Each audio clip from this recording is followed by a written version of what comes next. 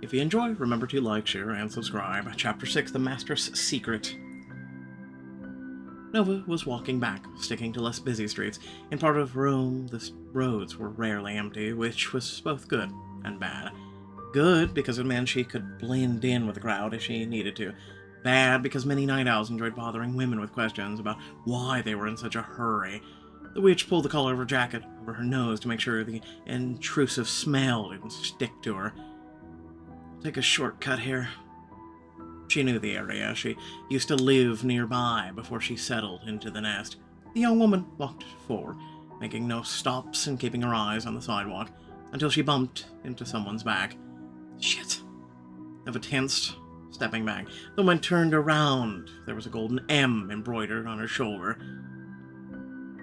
Watch it, you. Magistrum. They'll recognize me if I'm done for. Disorient. Pass by without lifting your head. Swallowing, Nova decided to just keep going. Hey, I'm talking to you. She realized she wouldn't be able to shake the woman off. I'll have to do something. The power of presence. She couldn't afford to waste time thinking, so Nova shot her arm out and produced a flash of light, blinding the Magistrum enforcer momentarily, and then she slid behind the woman's back and ran off in the opposite direction. Diving into the alley, the witch hid in the shadows behind a bedsheet that was hanging on the clothesline and covered her mouth with her hand. The effect of the spell subsided quickly, but the woman didn't see which direction Nova went, so there was still a chance to escape. She heard swearing and the sound of footsteps pacing back and forth. Nova waited for the enforcer to pass her and disappear around a corner. When the right moment came, she quietly continued on her way, trying to calm her racing heart and look around at every rustle.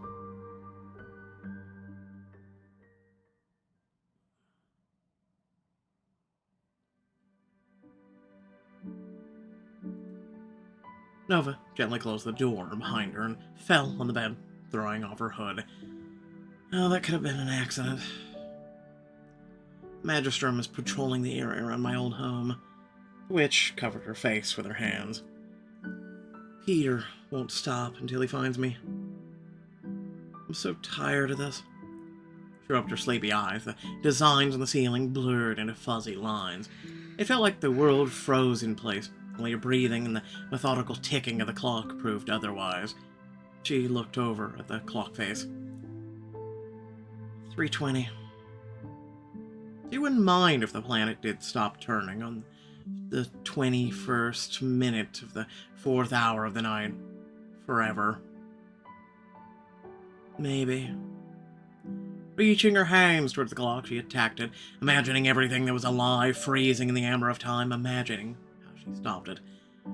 There would be no need to play these games anymore, no need to suffer from the ghost of guilt, and from the guilt for the suffering itself. Nova felt a trickle of sweat running down her forehead the minute at hand, resisted, pressed on, seeking to shift to the next notch. Her ears were ringing, her body was trembling. In the end, she let go, gasping for air, and 3:21. Lady Time was too formidable an opponent, and even the most capable catcher could never seize her. Nova got up, wiped her tears. Changing into her pajamas, she crawled under the covers, hoping to get at least a little rest.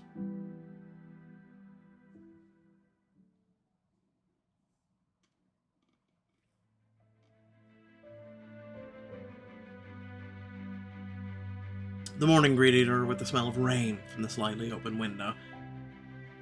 Time to get dressed. I don't want to be late for my first meeting with the Incineration Alliance. The Incineration Alliance, the name is too dramatic.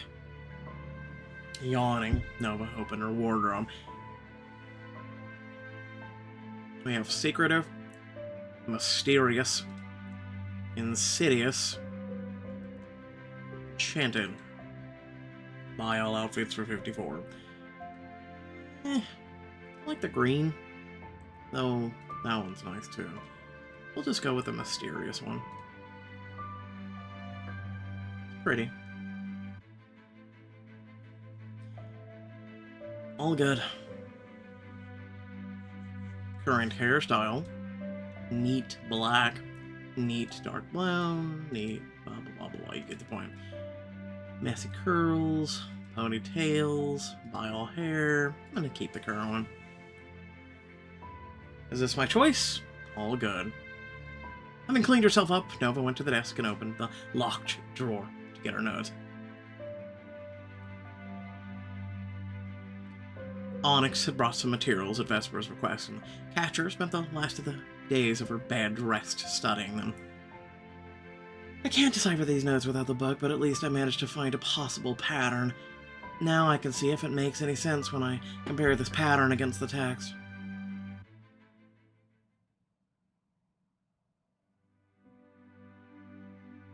To her surprise, there were only a couple of people in the common room. The witch said hello and went to the kitchen to make coffee.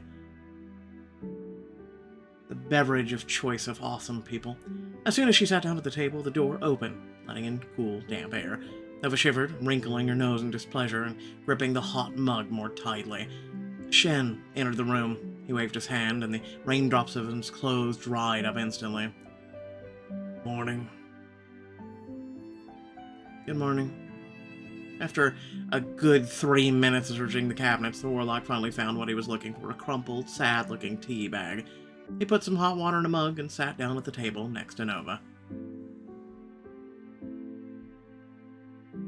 Ask what kind of tea he drinks. What are you having? I don't know much about tea. This is oolong. Here, smell it. Pushed the mug, and Nova leaned in to inhale the aroma, and of honey and a little creamy. This one's a cheap one from the supermarket, but I'm not really picky. I see. He appreciated your interest, probably. They sank back into sleepy silence. Nova remembered the conversation she had with Jorge about Shen. Who knows when I'll get another opportunity to talk about to Shen. Now, how do I go about this? Shen? Want to tell me your tragic life story that explains why you're always so gloomy?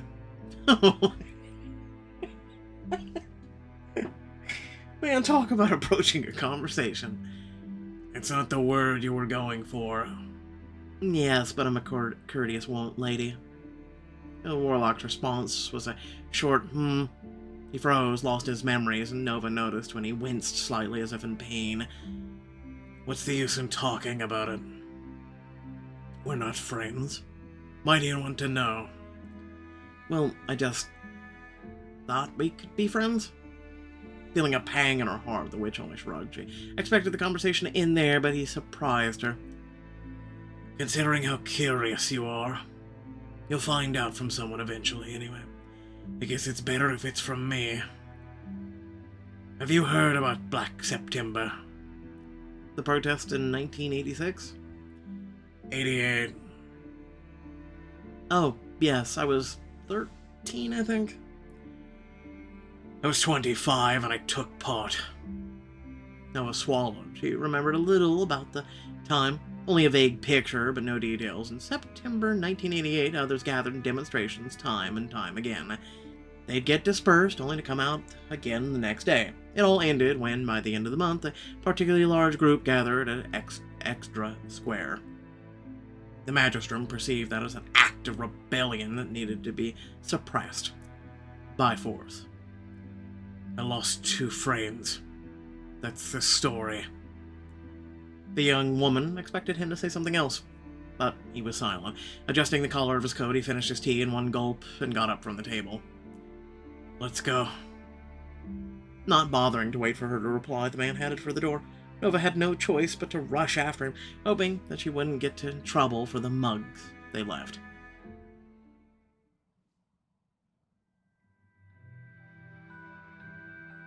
Shen led her through the tunnels, and soon they found themselves at the right door. You remember the way? Yes, I think so. Her thoughts were still spinning about the warlock's extreme brief account of his past, but he obviously didn't want to talk about it, so she didn't inquire further. Okay. Nova.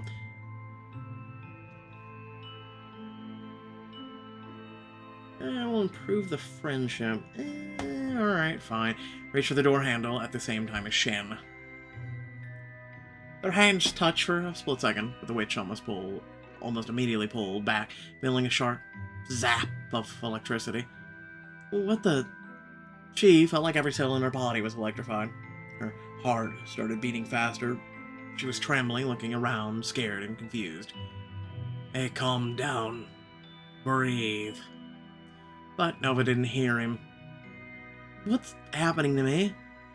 Jin came closer and, putting his hands on her shoulders, squeezed them tightly. You're okay. His smooth voice echoed off the stone walls, washing over her in a wave. The trembling was replaced with warmth. Everything's all right. She believed him. She believed his reassuring, but maybe even soft tone, and believed his sincere eyes and his thin fingers on her shoulders. The woman forced herself to take deeper breaths. His presence balanced her, calmed her. She thought the warlock would let her go, but he didn't move. What was that? A protective spell. The vault doesn't know you, so it considers you an intruder. Oh, wow. Nova expected him to tell her off for being hasty, but instead, she heard only, if Shen wasn't Shen, you'd think he was worried about you. Be careful, okay? Shen lowered his arms and took a step back. I've suppressed the spell, but you might still twitch from time to time. It will wear off completely before tonight. Yes, okay. Thank you, Jen. Nodding, the warlock turned to the door. As soon as his palm touched the handle, the catcher heard a whisper, a chaotic tangle of hundreds of unfamiliar words. Is the vault whispering? Illi ri arma. They heard a click, and the silence took over once again. He opened the door.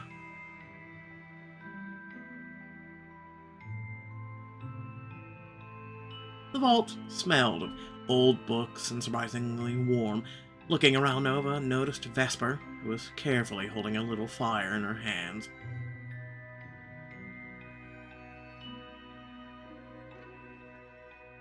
Good morning. Putting the flame in the bowl, she dusted the soot from her palms. I heard the barrier go off. She touched the handle before I could tell her not to. Well, I hope you learned your lesson, Nova. Onyx is not coming. The catcher suppressed her disappointment. Because of the mission? No. Personal circumstances. I wonder if the circumstances have anything to do with what Jorge told me. Jorge doesn't usually come to our research meetings. His hands are full as his. I see. And the vampire? Before she could finish saying it, a chill ran down her spine. Of course, he was already there in the shadows. I take it you were talking about me? Lucien considers referring to others by their class bad manners. Yeah, well, you tried to kill me, so... He gave her a dismissive look before retreating to the table. Well, that's awkward. Well, I suggest we get down to business. I'm sure we'll figure everything out. So far, we've mostly been working with meaning, but it may be worth exploring a different direction. When everyone was seated, Vesper opened an enchanted cachet and took out a thick, battered book. Nova, have you figured out anything after looking through the materials? The younger witch put her notes on the table and nodded. Possibly. I see a pattern here and there, though I can't be sure this is not just a coincidence. Can I take a look at the text? The group started their work. Nova felt a surge of enthusiasm as she shared her findings with the others and listening to their opinions about the mystery they were trying to solve. She didn't notice the time pass, lost in the search for the key to the source, whatever that was. Letters, numbers, words, sentences, the answer could be hiding anywhere. And it could also be non-existent. This proverb must be, correspond to something, somehow. Chen pressed on his eyelids. Everything here could somehow correspond to something. Too much data. Too many possibilities. Are you talking about page 5?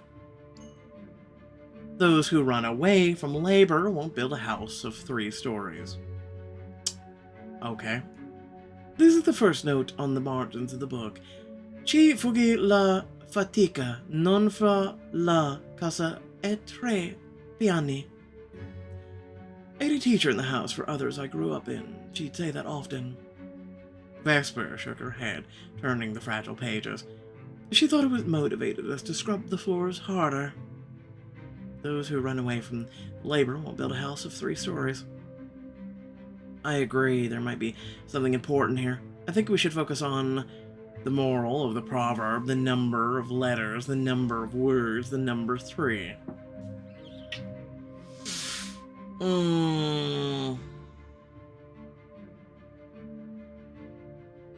That's a tough one. Let me think about this one. I'm just gonna go with moral proverb, even though my gut feeling is telling me it's something else. Listen, this isn't a Fibonacci sequence and I'm not a decoder. Moving on. Too much room for interpretation. If a person wanted to hide a cipher in the notes, the key should lie closer to the surface. Maybe it's the number 3. It's considered to be magical. Shin puts a sprawling number and 3 with a question mark next to it on his almost empty sheet. Everyone plunged back into silence for a long time studying the book.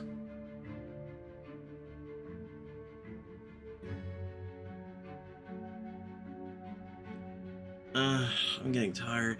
We've been working for so long now that it feels like we've been barely made any progress. The twitching from the spell on the door is keeping me awake, though. Squinting, she continued to look through the pages. The cipher probably has multiple layers, so we shouldn't expect that the resulting phrase will immediately make sense. I overturned the book to take a look at the text. We haven't found a pattern yet, so we might as well just try anything and everything. For example, let's say we take every first letter from each of the page that has the additional note. How many are there in total? 32. After dividing their work, they wrote out the numbers on a separate sheet of paper, then another line and another, using different logic. Nova stared at the rows of letters that refused to form into words. Her head was starting to spin. Oh, taking a break is healthy, but keep looking. Ciphers. When was this book published? We don't know the exact date, probably before the printing press was invented, but the notes on the margins were added later. The catcher began flipping through one of the chapters. It felt like the answer was somewhere on the surface, but it kept slipping away from her until... Caesar. The entire book is about Caesar, yes. Vesper leaned back in her chair. We thought the source could have been in his possession at some point. We studied his biography, but there was no evidence that... Nova shook her head. That's not what I'm talking about. Have you heard of the Shift cipher? No. They also call it Caesar cipher because he used it in his correspondence. We need to search for the matches by shifting the alphabet by a certain number of letters. The older witch frowned slightly. It's worth a try. Shall we shift it by 3? Why not? Nova wrote the alphabet in normal order, and under it, the alphabet shifted 3 positions to the right. So, A will be encrypted by SD, B, E, C, F. They tried, but over and over again, their deciphering only resulted in a new set of letters that didn't make any sense. Moving on, X, U, L, Q, R. If we decipher it, the word will be... Oh man, don't make me do this. Don't make me do this. Alright, if we're shifting it 3 to the right, X would be A. Right. Yeah. So immediately it goes to Akia. I don't think so. If you look at the alphabets, the letter X corresponds to U. What? I thought it was to the right. X, Y, Z, and then it goes over, so it would be A. Urbiano. It says Urbiano. Bro, that's not shifting to the right. It's just saying it's shifting to the left. Urbino, the town? That was hard, quickened. Let's keep going. by matching the line with the shifted alphabet, they got a phrase, the master from Urbino knows the secret. Master from Urbino? I don't know anything about that. I think it's about... I'm already hating this crap. Well, clearly it's not Leonardo da Vinci. At least I don't think. Michelangelo? Donatello? I don't know who half these people are.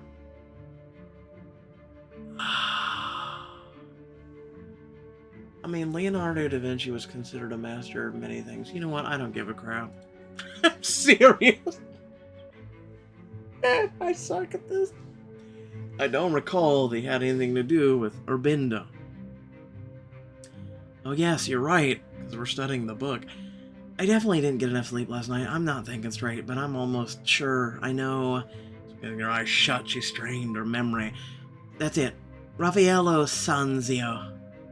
There was an exhibition dedicated to the Renaissance masters in the museum I worked at.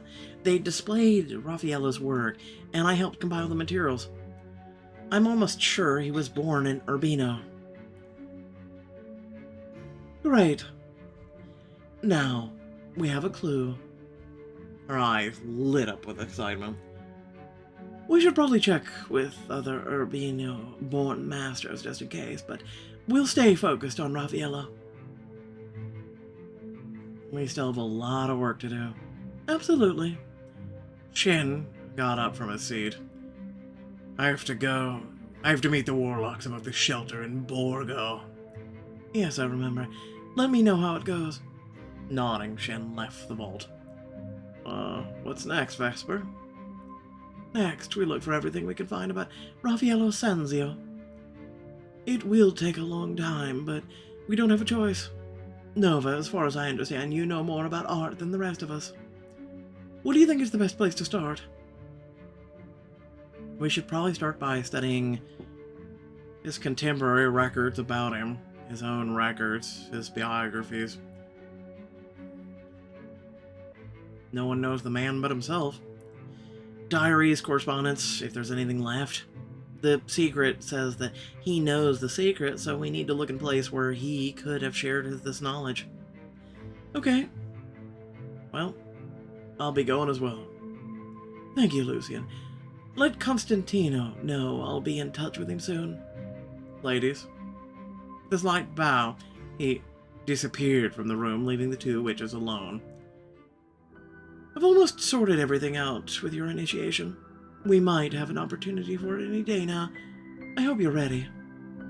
Even if I'm not, I don't have a choice, do I? I'll let you know when I have more information. What else? What else? We need to introduce you to the vault, so it accepts you as one of us. Vesper beckoned the catcher to come closer. She took out a piece of parchment from a drawer. Come. Nova did. Giggity. The older witch held out her hand, placing her other one over the parchment. Take my hand. The young woman hesitated for a second, looking at the green haze sliding over Vesper's skin. Nova, don't tell me you're afraid of me. No, I'm not. She took Vesper's hand. It earned her a smile. Good.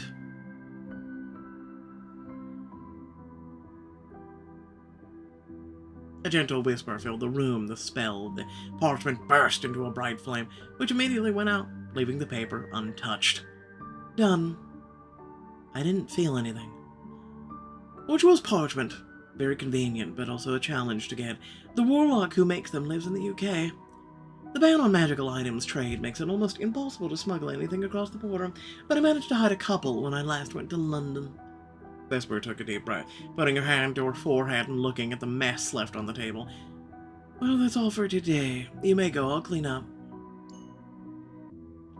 Diamond choice may improve your relationship. Fine. Thank you, but don't worry. I can handle it. Raising her hand, she twirled her fingers in the air, and all the books instantly returned to their places. I thought you didn't use your presents for things like this. I do sometimes, especially when it comes to cleaning. I like cleanliness, but I don't like to do the cleaning up. Nova walked along the bookshelves, reading the titles on the spines. Did you say you grew up in a home for others? Vesper sat back down. She shrugged one shoulder, gently moving her fingers. The fire dimmed. Like most of us, yes. I was surprised to find out that you grew up with a family. Few people are so fortunate. Although I have known others who went to the homes of their own accord to escape ordinary parents that were mistreating them. Worse than the teachers could. What was your childhood like? The catcher hesitated before answering. Turning around, she looked at Vesper. The cold steel of her eyes was covered with the soft flame. She looked tired, but relaxed.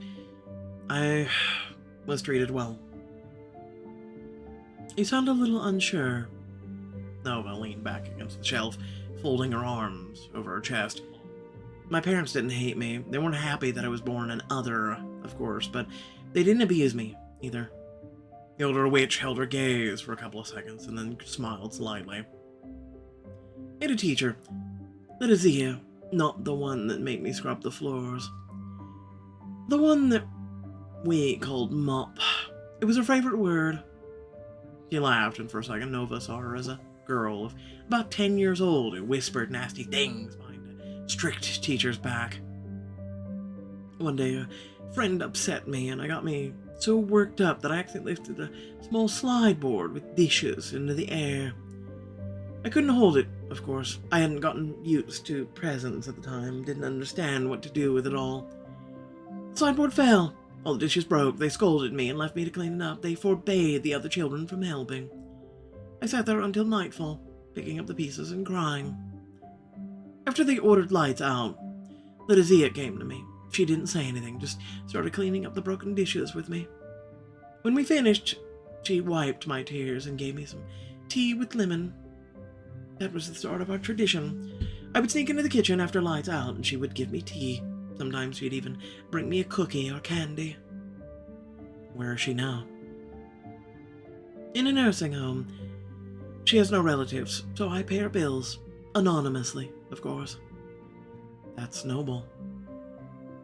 It would be noble if I were supporting a woman I didn't know. I'm paying Lydia back for her kindness. Was she that way with the other children? I don't know.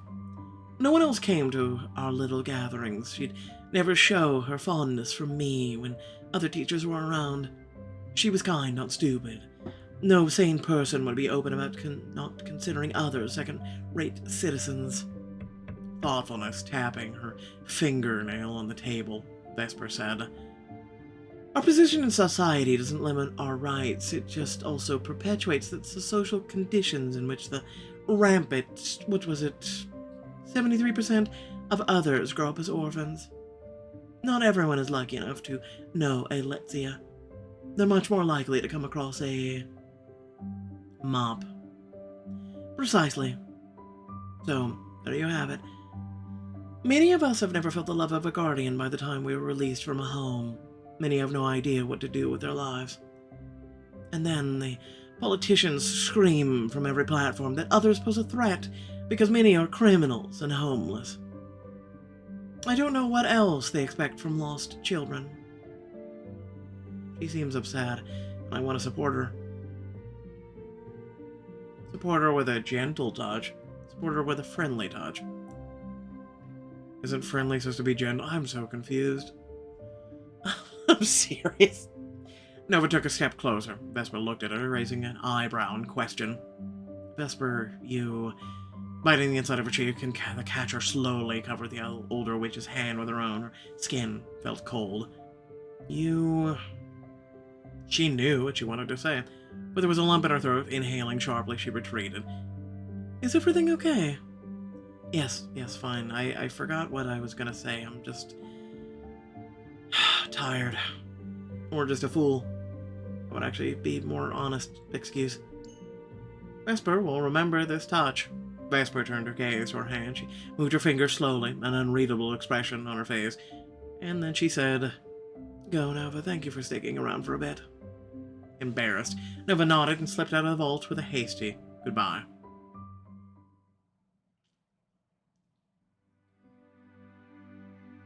She didn't fully know her way around the tunnels yet, which caused her to get lost a couple of times, but in the end, she found her way to the nest. Entering, she greeted several people who were cleaning the common room. Ore was among them. Nova, such a shame you didn't see what just happened. We have a new guy, Alex. He's resistant to high temperatures. He can even make glass out of sand. Can you imagine? It's incredible. Oh, wow. I've never heard of anything like that. They moved a little to the other side to talk. How was the meeting? Did you guys find anything out? The witch smiled slyly and nodded. Oh, yes, we did. We made some progress, but the next stage will be very time-consuming. The clue turned out to be quite vague. He clapped his hands. Sounds intriguing. I'll ask Shen about it later. How do you like my new look, by the way? It's been how many months since they updated this book? Like I'm supposed to remember that. Didn't he have a red strand last time? I could be wrong. Looks great. You really like it? Thanks. He appreciated the compliment. Alright, I won't keep you to go take a nap. I know you're tired. Nova froze. What makes you think that? I mean, the meeting started early in the morning, right? I just assumed you weren't able to get your hours in. Oh, yes. I'll be going. She waved to the herbalist and was about to go to her room, but he suddenly called out to her. Oh, Nova, can you do me a favor? Go by Onyx's room, ask her to come down. No problem.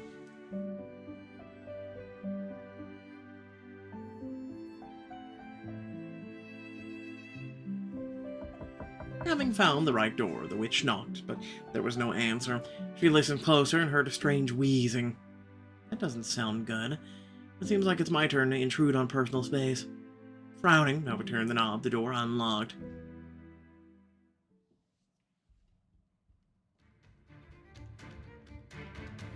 As soon as she stepped into the room, a black wing flashed before her eyes. There came a loud sound. Oh, it's a raven. And another. And the bird's sharp claws could end up in her eyes. Launch a shockwave, hide behind, do nothing, turn away to protect my face. Hide behind a magic barrier. The witch quickly waved her hands, creating a weak barrier. She couldn't manage anything stronger, but that was enough. The raven hit a barrier a couple times, but didn't go any further. Exhausted, it flew to the other end of the room, plopped onto the unmade bed. Its breast was heavily heaving rapidly, and the wheezing became more frequent and pained. Is there something wrong with it? Nova took a cautious step forward. She jumped on the spot when she heard the window open.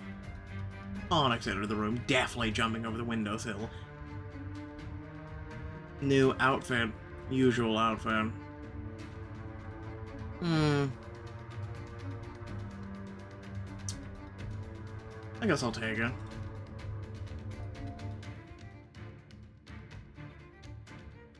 She stared at the catcher in surprise, but her expression turned into panic when she noticed the bird on the bed. Her pupils narrowed to barely visible black slits. What happened here? But the anamorphics interrupted her with a wave of her hand, studying the raven's condition. Later. The black bag by the dresser. Give it to me, quickly. Nova anxiously looked around the room. All your bags are black. By the dresser, Nova. Onyx already hissed at her. The catcher grabbed the right bag, or so she hoped, and handed it to her. After that, she froze, silently watching Onyx fiddling with the syringe and injecting some colorless liquid into the raven. When she finished, she gently stroked the bird's beak. It's okay, Talus.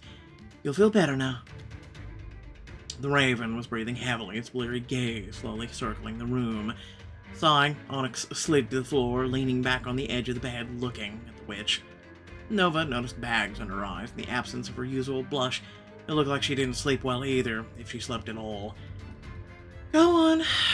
What were you doing in my room? There were an uncharacteristic steely notes in her voice. Expressed concern. Is it going to be alright? I hope so. Jorge asked me to tell you to come down. I knocked, no one answered, but I heard a strange wheezing in the room. I decided to check, and the door was unlocked. And you just walked in without an invitation. Well, I'm sorry, okay? Maybe I shouldn't have, but I was afraid something had happened to you. As soon as I stepped into the room, this bird flew at me. Onyx gently ran her finger along the raven's wing. His name is Talus. What happened next? I didn't do anything to him. He attacked me, but I just created a barrier. He tried to get at me, but when he failed, he flew away and flew on the bed. Oh, I see. You're not the reason he got worse. I'm sorry. I shouldn't have talked to you like that. I'm just... Words ended with a tired sigh. Next few moments passed in tense silence, and Nova fumbled awkwardly on the spot, waiting for Onyx to speak again. After that conversation with Jorge, it seemed like Onyx was hiding something, but I don't think the fact she keeps a raven in her room could have been a secret. I wonder where she came from just now, and why she wasn't at today's meeting. Talus is my friend. Friend? Oh, is he sick? Yes, unfortunately. Did you know that the Magistrum has a special department for trapping animals with presents? I've seen their vans on the street a couple of times. When I see them, I want to get inside and rip the bastards' throats out. Anyway, a couple years ago, I was going about my business when I suddenly heard something like a distress signal. It's hard to explain. Animorphs can sense other magical animals. We can communicate, but not with words. You may experience this if you find yourself familiar with it after initiation. For you, however, this connection will only exist between you and your familiar. I can communicate with animals, with presence, and other Animorphs. Talus lets out a sharp wheeze, which seemed to bring pain not only to him, but also his friend. The day before yesterday, I came home, found him unconscious on the windowsill. I took him to Cecilia right away. She's Dee Dee's friend and knows this stuff. She said it looked like some sort of strange curse, a strong one. She couldn't determine which one and remove it. She shook her head. No, she gave me a recipe for a solution. Jorge made it, but it only relieves pain and doesn't heal. He's dying in my hands, and there's nothing I can do about it. She sniffed, wiping the tears gathering in the corners of her eyes. There must be something we can do. We have an entire house full of others. I'm sure someone can help. No one I've talked to about this is able to figure out what happened. And if you try to remove the curse with the wrong counterspell, it could make everything worse. I don't want to take the risk, so unless you know a way to travel back in time to the moment when Talus was cursed. Their eyes meet, and they have the same gleaming idea. Vesper said I would be initiated soon. You think you could... I can't say for sure, but I think so. I have no idea how to pull something like that off, but theoretically, I should have enough power to... She was interrupted. Onyx wrapped her arms around the witch's waist, resting her chin on her shoulder. The hug was so tight that Nova began to doubt she would be able to breathe. To have her standing so close after all the persistent thoughts about her, it made her dizzy as well. You're really going to help, promise? Of course I will. Thank you, Nova. You have no idea how much this means to me. Catcher allowed her palms to rest on her back. She whispered, Everything will be okay. Even though she knew it was a lie. Pulling away slightly, Nova met Onyx's eyes, piercingly bright with a hint of sadness in it, full of life and faith in something that she couldn't comprehend. In the next moment...